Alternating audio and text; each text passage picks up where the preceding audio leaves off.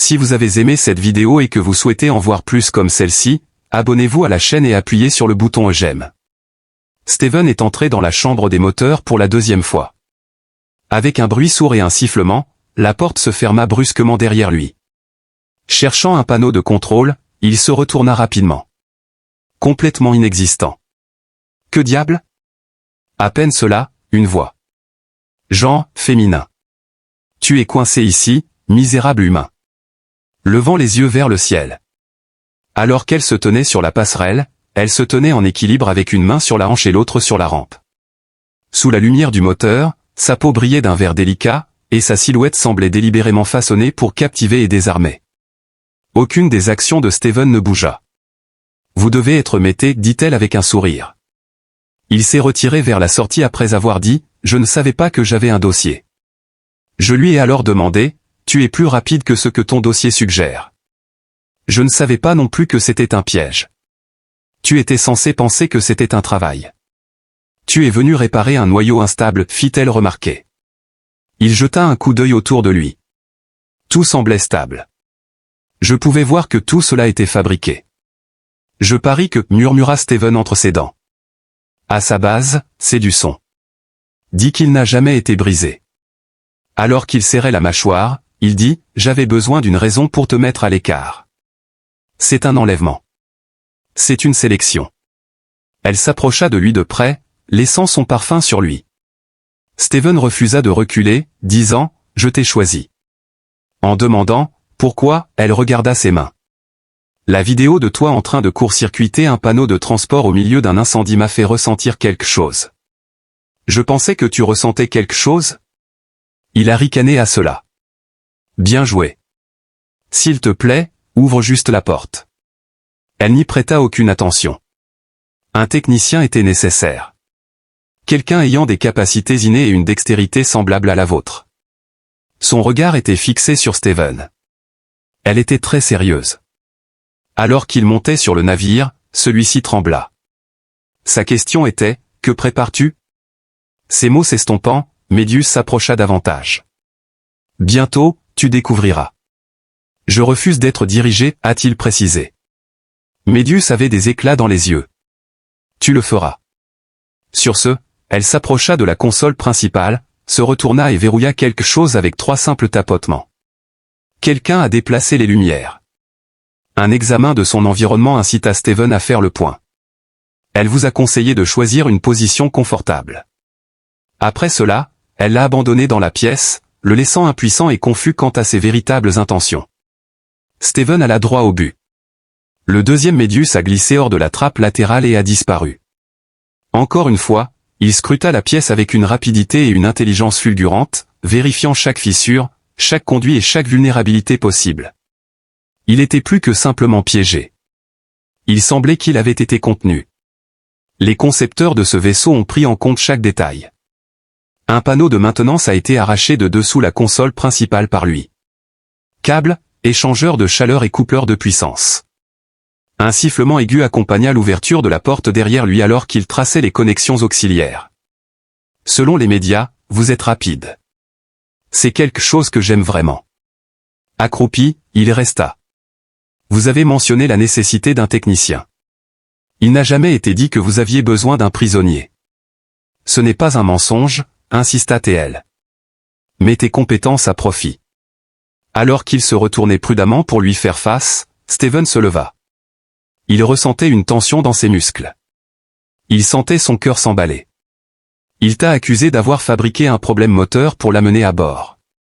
Tu crois que je vais encore travailler pour toi après que tu as ignoré mon signal? Les sourires attrayants des médias lui firent sentir son estomac se nouer. C'est le concept général. L'écart entre eux se réduisit à la taille d'un souffle alors que Steven s'avançait vers elle. Elle le regarda d'un air impassible au cas où je refuserais.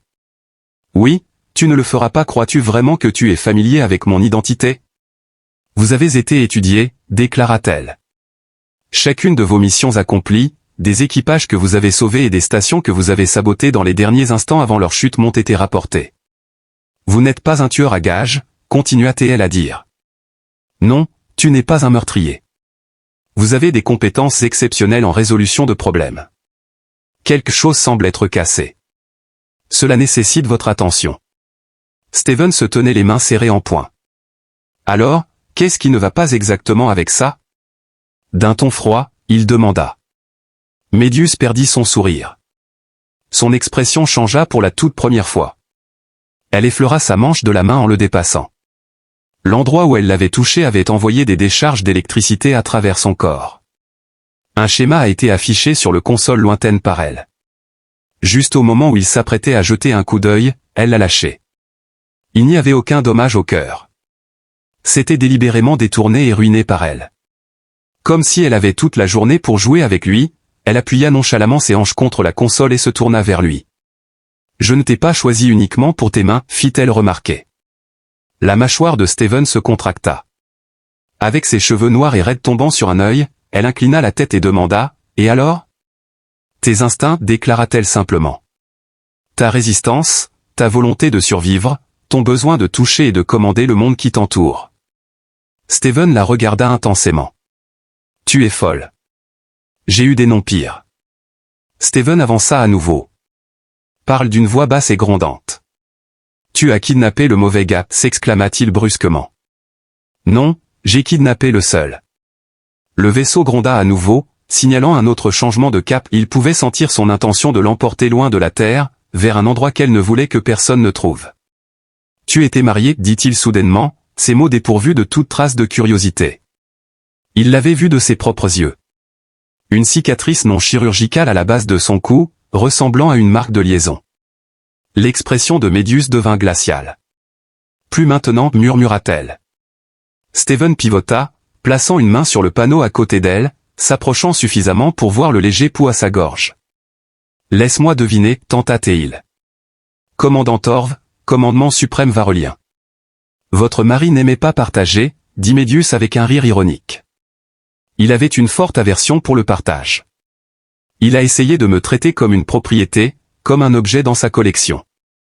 Vous avez fui parce qu'il croyait en la possession. La mâchoire de Steven se serra alors qu'il disait, il t'a fait du mal. Elle le regarda directement dans les yeux. Médius resta silencieux alors que Steven faisait les 100 pas dans la salle des machines, son cœur battant plus vite qu'il ne l'aurait souhaité. Il avait besoin d'un plan, pensa-t-il en prenant une profonde inspiration et en essayant de rassembler ses pensées. Tu ne fuis pas juste. Tu es en train de voler quelque chose. Quelque chose qu'il veut. Médius ne répondit toujours pas. Reste près de toi. Étudie le plan. Observe chacun de ses mouvements. Il n'allait pas simplement passer à travers cela. Il avait l'intention de fuir. Les yeux glacials, Steven détourna son attention vers elle. Tu désirais mes capacités physiques, mon sens inné de la réparation et mes instincts. Fais-le quand même, tu le regretteras plus tard. Les lèvres légèrement entr'ouvertes de Médius. Retrouvant son calme, elle se redressa du panneau de contrôle. L'issue dépendra de nous. La porte se ferma derrière elle avec un dernier sifflement de scellement alors qu'elle se remettait sur ses talons et sortait à nouveau. Les heures qui suivirent ne furent pas perdues par Steven. Il démonta méticuleusement la salle des machines, traçant mentalement ses systèmes. Il n'était pas déconcerté par le design particulier du vaisseau. Il ne pouvait cependant pas l'ignorer. Quelqu'un avec un esprit prédateur avait construit ce vaisseau spatial. Il n'y a pas d'entrée ou de sortie simple. Une fois de plus, la porte s'ouvrit avec un sifflement alors qu'il resserrait une ligne de refroidissement usée sous le conduit principal. Médius jeta une tablette de données à côté de lui, et son coin résonna sur le sol. Planve, déclara-t-elle sans détour. Lentement, Steven se leva après avoir essuyé ses mains sur son jean. Personne ne l'avait vu amener de la sécurité. Penses-tu que je devrais réparer ton sabotage, dit-il d'une voix dure. Tu vas m'aider à reprogrammer le cœur, annonça TL. Les bras croisés, il s'assit. Pourquoi? Elle ne semblait pas troublée. Le vaisseau ne peut pas naviguer sans toi. Je l'ai dit, donc cela doit être vrai. Steve laissa échapper un reniflement. C'était une mauvaise argumentation. Un sourire menaçant se forma lentement sur ses lèvres. Ce n'est pas une invitation. Alors qu'un nœud se formait dans son corps, Steven ressentit une chaleur sous sa surface. Elle l'avait dit d'une manière qu'il détestait. Utilisant la tablette de données, il feuilleta rapidement les schémas. Il ne s'agissait pas seulement de manipuler le cœur énergétique.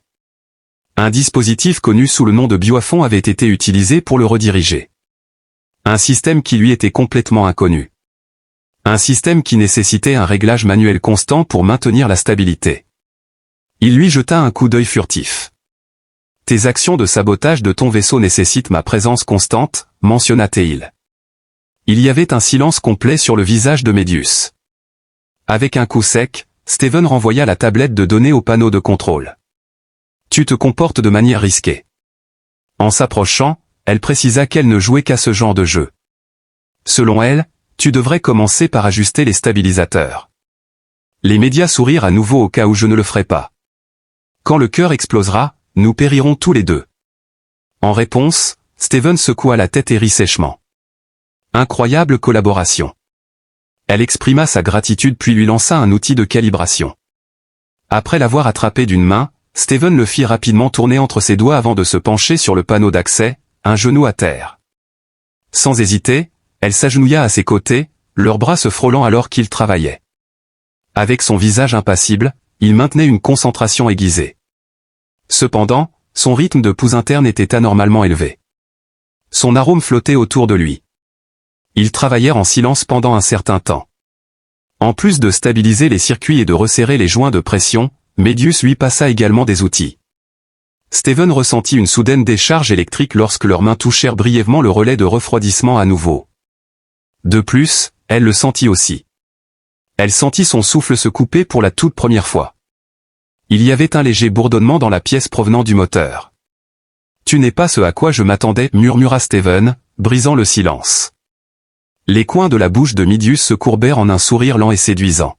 « Je voulais quelqu'un comme toi. » D'un mouvement brusque, Steven serra le dernier accord et se leva rapidement, créant une distance entre eux.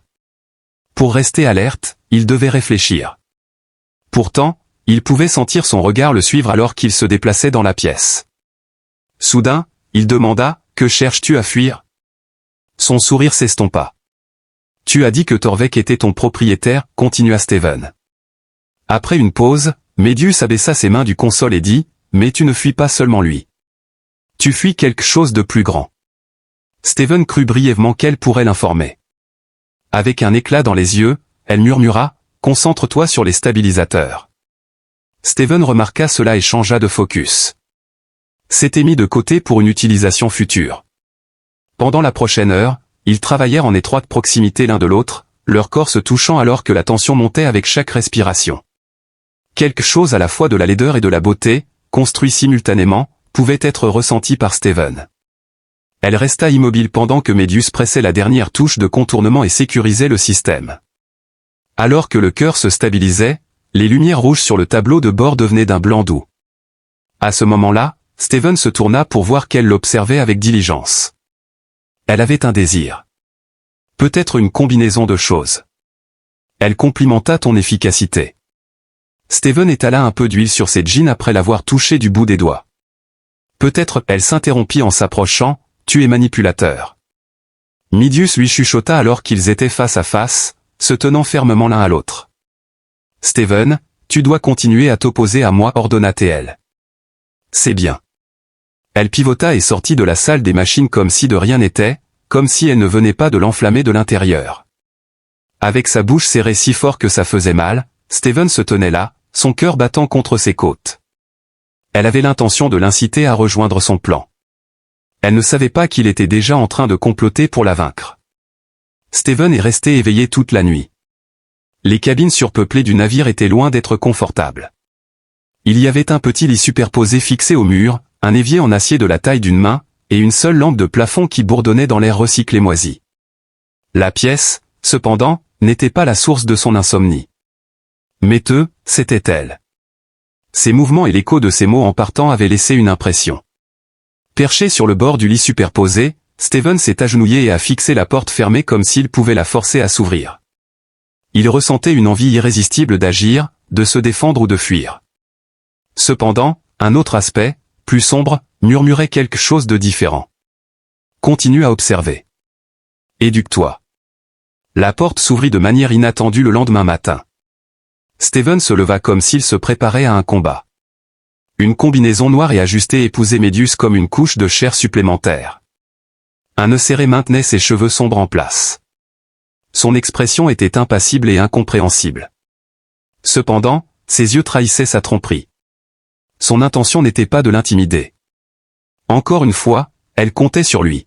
« Viens avec moi » fit-elle signe. Steven resta silencieux. Dans les couloirs sinueux de la tranchée, il la suivit. Ils arrivèrent bientôt à une baie de réparation. S'agenouillant à côté d'un tableau de diagnostic, Médius utilisa un outil aiguisé pour ouvrir un boîtier. Les bras croisés, Steven traînait dans l'embrasure de la porte.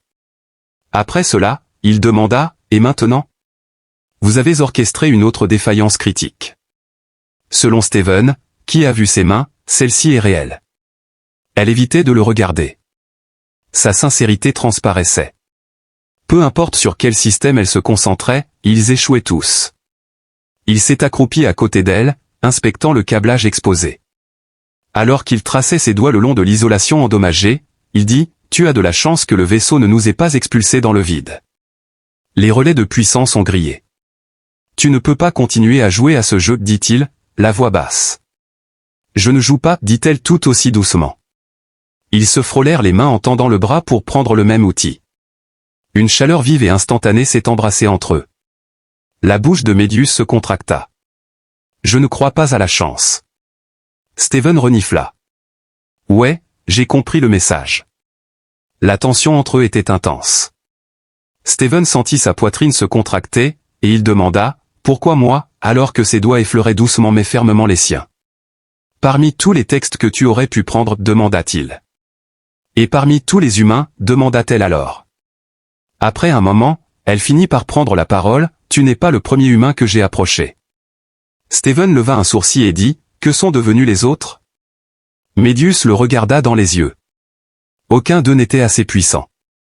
Assez puissant pourquoi? Steven resta silencieux alors qu'elle tirait délicatement le col de son uniforme utilitaire, révélant le bord de sa clavicule et quelque chose derrière une cicatrice qui traversait sa peau verdoyante comme une marque de fabrique. L'estomac de Steven se noua alors qu'il exigeait d'une voix sèche, « Qu'est-ce que c'est ?» Elle murmura la marque Torvex comme une revendication pour s'assurer que personne n'oublierait jamais qui la possédait. Steven serra les poings sans réfléchir. « Ce n'est pas de l'amour, grogna-t-il. Médius remit le col en place, dissimulant à nouveau la cicatrice. « Non, dit-elle. Ce n'était pas le cas. » Steven s'approcha, expira lentement, et dit, « Tu n'appartiens à personne. » Ses yeux sombres croisèrent les siens, et il demanda, « Alors montre-moi ce que ça fait. » Steven était paralysé par la peur. Médius n'était pas une captor joueuse, elle était une victime impuissante de la vie brisée dont elle s'était libérée, et elle n'avait aucune idée de ce que signifiait vivre une vie sans entrave. Steven ne l'avait pas vue de cette façon depuis qu'il avait embarqué sur le Dronoun. « Tu as besoin de moi pour te réparer, dit Steven d'une voix rauque, s'approchant suffisamment pour sentir le tremblement dans son corps qu'elle ne pouvait pas cacher. « Je ne peux pas te reconstruire, murmura-t-il, sa voix basse. Tu n'es pas brisé. » La gorge de Médius se serra en déglutissant alors que Steven s'approchait, demandant pourquoi il était douloureux de respirer. Parce qu'il a murmuré, « Tu ne te bats pas seul. » C'était la première fois qu'elle fermait les yeux et se laissait aller contre lui. Steven passa un bras autour de sa taille, et elle sentit son souffle se bloquer contre le sien. Sa peau était chaude, presque trop chaude sous son costume léger. Steven fit une grimace et recula lentement, ses doigts glissant le long de la colonne vertébrale de Médius dans une prise légère mais assurée. « Tu n'as pas seulement volé un vaisseau, Médius. Tu as récupéré ta vie. » Elle leva les yeux vers lui, et elle pouvait voir qu'il ne se battait plus pour sa survie. Médius pressa plus fort son front contre sa voix, qui devint un grattement brut de son, alors qu'elle refusait catégoriquement de faire des promesses qu'elle ne pouvait pas tenir. Steven pouvait sentir un changement dans l'atmosphère alors qu'il resserrait son étreinte autour de sa taille, percevant les lignes tendues de son corps sous son costume. Malgré sa force et sa résilience, elle semblait fragile dans ses bras, ce qui lui faisait mal au cœur. Il se battait pour elle, et il ne la laisserait pas perdre. Un court et vif soupir échappa à ses lèvres alors qu'elle disait « Steven », tandis qu'il passait doucement une main le long de son dos, ses doigts suivant la courbure de sa colonne vertébrale. Sa peau frémissait sous son toucher. Là, c'était. Pour croiser son regard, il recula légèrement. Grande et sans cligner, ses yeux sombres en disaient long. Sa bouche légèrement entr'ouverte. On pouvait voir son cœur battre dans sa gorge. Il y avait 1000 raisons pour lesquelles Steven aurait dû reculer, mais elles étaient toutes sans importance. Ils échangèrent un baiser passionné. Elle a réagi en un instant, ses mains saisissant des poignets de sa chemise et le tirant vers elle comme si elle craignait qu'il ne disparaisse. Steven passa ses doigts dans ses cheveux courts et indisciplinés tout en glissant une main le long de sa nuque. Elle s'appuya contre lui, le rapprochant jusqu'à ce qu'il puisse sentir son cœur battant la chamade contre sa poitrine. Le son de son grognement profond résonna entre eux. Médius halta alors qu'il rompit le baiser en premier, mais elle resta imperturbable. Elle leva ses yeux froncés pour croiser les siens. Sa taille augmente. Tremblant avec une déglutition, elle parla.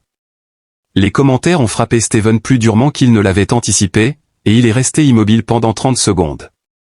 Le navire n'était pas dans son esprit. Elle n'abordait pas le sujet de la peur. Quoi que ce soit qui pulsait entre leurs corps, elle le décrivait de manière sauvage et incontrôlable comme étant entre eux. « Ça va faire mal », dit-elle. Son étreinte autour de sa taille devint plus ferme alors que Steven disait, à moitié un avertissement, à moitié une promesse. « Accepte qui tu es », dit-il d'un ton bas. Il l'embrassa encore une fois. Avec ses doigts grattant son dos, elle gémit dans sa bouche. Sans rompre le baiser, Steven la souleva dans ses bras, puis se tourna pour la maintenir à moitié et la pincer à moitié contre le mur le plus proche. En un instant, ses jambes entourèrent sa taille, solidifiant leur connexion. Sous son col, Steven traça le bord de la cicatrice d'un baiser qui descendit le long de sa gorge. Une réaction réflexe la quittait. Sans dire un mot, il l'embrassa lentement et délibérément, la revendiquant. En sa présence, Médius trembla. Il se mit à murmurer dans sa chair, en disant « Tu n'es pas à lui ». Elle répondit « Tu t'appartiens à toi-même et à personne d'autre ». Pour soutenir son regard, Steven recula légèrement. « Non », déclara-t-il avec conviction et férocité. Elle déclara « Nous nous appartenons l'un à l'autre ».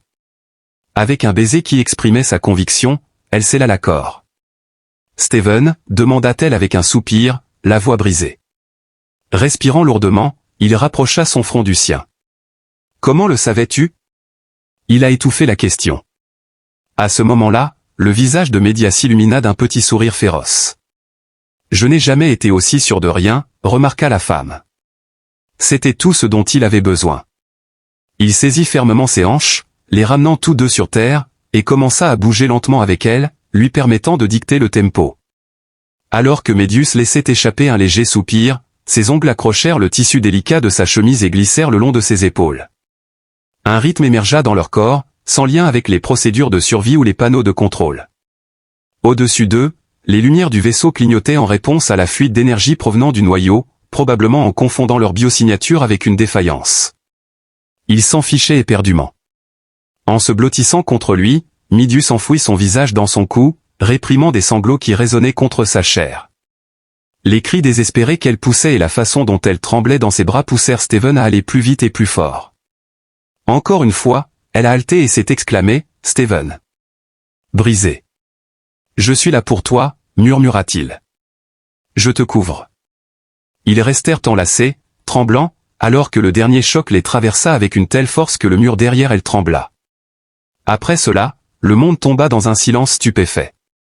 La tenant hors du sol, Steven continua de sentir les répliques parcourir son corps alors qu'il posait son front sur son épaule. Un long silence s'ensuivit entre eux. Quand ses genoux ont enfin cessé de céder, Steven l'a soigneusement abaissé au sol tout en maintenant une prise sur sa taille. S'appuyant contre lui, Médius respirait de manière superficielle. « Tu représentes une menace », avertit-elle. « Tu te souviens que tu m'as enlevé ? Et maintenant tu es coincé ici pour toujours », murmura-t-elle en glissant ses doigts dans les siens. Après une forte pression, Steven lâcha sa main. « Non », répondit-il. Ils se tenaient là, enlacés dans le cœur battant d'un navire kidnappé, et ils dirent « Je ne suis pas ». Ils n'avaient aucun passé vers lequel fuir et aucun avenir à prédire parce que, pour la première fois, ils n'étaient pas seuls. Il y eut une brève période de silence après leur conversation. Dans la demi-heure suivante, des alarmes à faible volume et au son urgent ont commencé à clignoter sur les différents panneaux de contrôle. Alors qu'il était encore allongé sur le sol de la salle de maintenance, avec Média partiellement enroulé autour de sa poitrine, Steven sortit de son sommeil. Média fit une grimace et murmura, « Alerte de proximité ». Elle se leva et ferma rapidement sa veste. En un instant, Steven, le cœur battant, s'était levée. S'il te plaît, dis-moi. Tirant un moniteur dans leur direction, elle balaya l'écran de ses doigts. Alors que Steven lisait les autographes, un abîme sombre s'ouvrit dans son ventre, révélant une hideuse lettre rouge. Numéro d'identification du navire de guerre Varelion. Sous le souffle, Steven murmura une insulte vicieuse à l'intention du commandant Torv. Apparemment, il t'a localisé. Médius serra les dents. Nos déplacements ont été remarqués par lui. Saisissant la télémétrie, Steven se déplaça vers le panneau latéral. Dans quel délai? Elle détourna le regard de lui. Beaucoup trop rapidement. Instantanément, il la remarquait. Torv n'était pas simplement disponible. Il avait intercepté leur itinéraire d'évasion et bloquait maintenant leurs options restantes. Il n'y avait pas besoin de marchander, son vaisseau était plus grand et mieux équipé. Avec une prise ferme sur la console, Steven stabilisa ses mains. Il a précisé que le problème n'avait jamais été une question de réparation. Et enfin. Médius est resté silencieux. Selon lui, vous cherchiez plus qu'un simple technicien. Vous désiriez une barrière, une altercation. Tu étais tout ce que je voulais, dit-elle brusquement. Tu crois que je mettrais mon bonheur en jeu pour quelqu'un que je n'aimais même pas? Alors que son niveau de colère montait et descendait, Steven la fixa intensément dans les yeux. Tu m'as utilisé, remarqua-t-il. Peut-être, affirma-t-elle d'une voix dure. Cependant, ce n'est pas ainsi que vous le percevez. Steven faisait les 100 pas frénétiquement, s'éloignant violemment de la console. Il a eu l'audace de me le dire. Tu aurais pu me donner l'option. Une croix fut tracée sur la poitrine de Médius. Craignant que tu ne viennes pas librement, remarqua-t-elle. Un rire sec s'échappa des lèvres de Steven. Pas une seule question n'a été posée. Elle dit qu'elle ne pouvait pas prendre le risque. Personne ne peut pardonner à Torvik. Sa mémoire est vive. C'était plus que ça. Il était la victime de mon vol. Il désire ma mort moins qu'il ne désire le retour de quelque chose. Steven a arrêté de faire les 100 pas et a fixé son regard sur elle. Qui ou quoi avez-vous pris? Médius questionna un instant avant d'appuyer sur une séquence dans le panneau situé derrière elle. Dans l'espace entre eux, un plan prenait forme. Il n'avait aucun but létal. Oh non, c'était encore pire. Un prototype de cœur de moteur bioafond qui pouvait se fixer à des pilotes vivants et puiser de l'énergie en eux pour pousser les performances du vaisseau à des niveaux dangereusement élevés. Il pouvait traquer des flottes et les détruire de l'intérieur si cela tombait entre de mauvaises mains, c'était une arme de destruction massive. Selon Steven, tu as pris ça. C'était un clin d'œil de Médius. Une flotte de vaisseaux de guerre Varelion devait en être équipée, selon Torv. Il avait l'intention de conquérir toutes les colonies souveraines dans 3 zones différentes. Et vous, Steven continua, avez choisi de complètement dérailler sa stratégie. Personne ne devrait être enchaîné comme je l'étais, remarqua Médius en s'approchant. Avec le cœur battant, Steven fixa la projection. Ce n'était pas sa première course. La bataille avait été déclarée. Pour couronner le tout, Torv était en route pour encaisser. Il s'était trompé sur la femme qu'il avait piégée ici. Elle était une combattante, une révolutionnaire et une survivante prête à sacrifier tout pour empêcher quelque chose de bien pire de se produire. S'il ne parvenait pas à passer l'heure, cependant, cela aurait été inutile. Un mouvement rapide de la main de Steven suffisait à détruire l'hologramme. Très bien, répondit-il. Médius cligna des yeux et dit, nous ne sommes pas encore morts.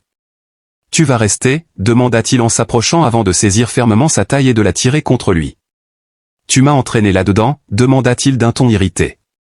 Médius lui saisit fermement les épaules et dit, tu ne peux pas mourir sans moi. Il mettra fin à ta vie. Steven recula légèrement pour pouvoir croiser son regard directement. Je dis que tu lui en donnes un peu. Après cela, ils étaient en route. La console d'ingénierie a été saisie par Steven. La grille d'armement a reçu un coup de Médius. La puissance pour les boucliers et les moteurs a été canalisée vers ces zones. Le bioafant a été overclocké à un niveau malsain. Le liquide de refroidissement a été redirigé vers l'ensemble des armes. Le vaisseau n'était pas un navire de guerre au départ, mais Steven a fait suffisamment de modifications pour qu'il puisse mordre. À travers le pont, une alarme retentit. Médius a averti de l'arrivée de la grêle. Avec un sourire de loup, Steven a parlé. Jette-le. Alors que leurs propulseurs arrière étaient touchés par un tir de plasma à longue portée, le vaisseau tremblait violemment. Steven frappa les commandes de stabilisateur avec son poing. Utilise un bouclier à 40%. Panne des propulseurs. La presse a réagi rapidement. Le navire a été secoué par un nouvel impact. Ils avaient pris du retard. Travail plus rapide, évitant les dispositifs de sécurité, court-circuitant l'alimentation à travers des conduits auxiliaires. Steven serra les dents et accéléra. La force fit grogner le vaisseau spatial, mais le bouclier se stabilisa un instant. J'étais satisfait. Accroche-toi, cria Steven. En mettant rapidement le navire en rotation contrôlée, il poussa le gouvernail vers l'avant. Ils ont gagné des secondes précieuses alors que le ciblage de Torv était perturbé par le déplacement brusque. Cependant, cela n'a pas suffi. L'alarme de proximité s'est déclenchée une fois de plus. Une alerte d'embarquement apparut sur la console sous la forme d'une petite lumière clignotante. Torv avait d'autres intentions que de les abattre du ciel. Son arrivée était imminente. Steven laissa échapper un grognement diabolique. Son visage devint pâle mais résolu alors que Médius lui faisait face. Voix rauque, elle avertit, s'il entre. Sa première cible sera toi. Steven la fixa directement dans les yeux. Ensuite, nous ne le laisserons pas entrer. Une autre collision fit trembler le navire. Il tendit la main et prit celle de Médius. Il l'a dit clairement, nous nous battons. Elle a serré ses doigts encore plus fort. Cela avait détourné l'attention de Steven de l'emprisonnement pour la première fois depuis qu'elle l'avait pris. La vie ou la mort était en jeu tout à la fois. Le navire trembla à nouveau, et l'emprise de Steven sur la paume de Médius se raffermit. Comme si le métal était sur le point de se fissurer, un faible gémissement résonna à travers lui. Sur le panneau latéral, les caméras internes ont clignoté en rouge, et tout le corps de Steven criait « Bouge plus vite ». L'embarquement par l'écluse arrière est indiqué par 4 panneaux. Les soldats de Torv. Peut-être Torv lui-même. Alors que ses pensées s'emballaient, Steven tira Médius dans la direction de la trappe centrale. Il grogna, nous ne pouvons pas les retenir ici. Médius hocha la tête fermement, nous devons les canaliser. Puis pour maintenance. La route menant à l'ouest. Un seul point d'entrée. Le suivant de près, il ouvrit de force le panneau d'accès d'urgence et la poussa à l'intérieur. Les murs métalliques du petit puits sombre continuaient de trembler à chaque impact avec la coque. Médius a arrêté leur poursuivant en verrouillant la sortie de secours derrière eux. Pour reprendre son souffle, Steven posa sa tête contre le mur pendant un bref instant. Il a affirmé que nous ne pourrions jamais les distancer. C'est la lutte ou la mort pour nous. Je choisis le conflit. En s'essuyant le front avec ses mains, Média a éclaté. Steve a souri de manière contrainte. Je ne prévois pas de mourir, donc c'est bon. Préparant rapidement un plan de secours, ils se glissèrent dans un autre compartiment de réparation. Sur le support d'armes, Steven prit un fusil à impulsion, un morceau de technologie étrangère qu'il comprenait à peine mais la prise lui semblait juste. Médius brandit une épée plasma, qui siffla en s'illuminant alors qu'elle la tenait dans sa main. Alors que Steven passait en revue les codes de verrouillage auxiliaire une dernière fois, il entendit un bruit retentissant venant du couloir au-delà. Sur pilote automatique, il leva le fusil, mais Médius saisit rapidement son poignet, l'empêchant de le faire. Non, murmura-t-elle doucement. Quelqu'un est apparu en courant, et quelqu'un a crié, attendez. Costume, tout noir, avec une peau verdoyante. Un autre membre de l'équipage du Dragoon que Steven n'avait jamais vu auparavant, elle s'était probablement cachée après que Média ait orchestré sa mutinerie. La femme avait un œil enflé et le visage ensanglanté. Elle s'est approchée d'eux en titubant, haletante. Méius, elle halta. Steven baissa légèrement son fusil en disant, il est ici. Ils m'ont forcé. Avec précaution, Médius avança. Kira interrogea Média. Les larmes coulant sur son visage, la femme Kira s'est approchée en titubant. J'ai tenté d'arrêter leur progression, s'exclama-t-elle avec un vif soupir. Avec une torsion dans son ventre, Steven dit, je jure que je ne voulais pas ça. Selon elle, il y avait quelque chose qui n'allait pas. Elle se mit alors à crier, où est Torvek? C'était visible sur le visage de Kira. Les sanglots se sont apaisés. Ses yeux ne trahissaient plus l'angoisse. Souriant, elle frappa un petit objet cylindrique contre le mur à côté d'elle. Le couloir fut dévasté par une explosion assourdissante de bruit et de force. Une grenade sonore destinée à confondre plutôt qu'à tuer, elle n'est pas mortelle mais elle est ciblée. Alors que ses visions s'emballaient et que ses oreilles bourdonnaient, Steven frappa sa tête contre le sol. Il pouvait distinguer Kira se précipitant vers la console principale à travers le brouillard, mais pas vers lui. Un survoltage forcé du cœur a été initié alors que ses mains se précipitaient sur les commandes. Steven sentit son sang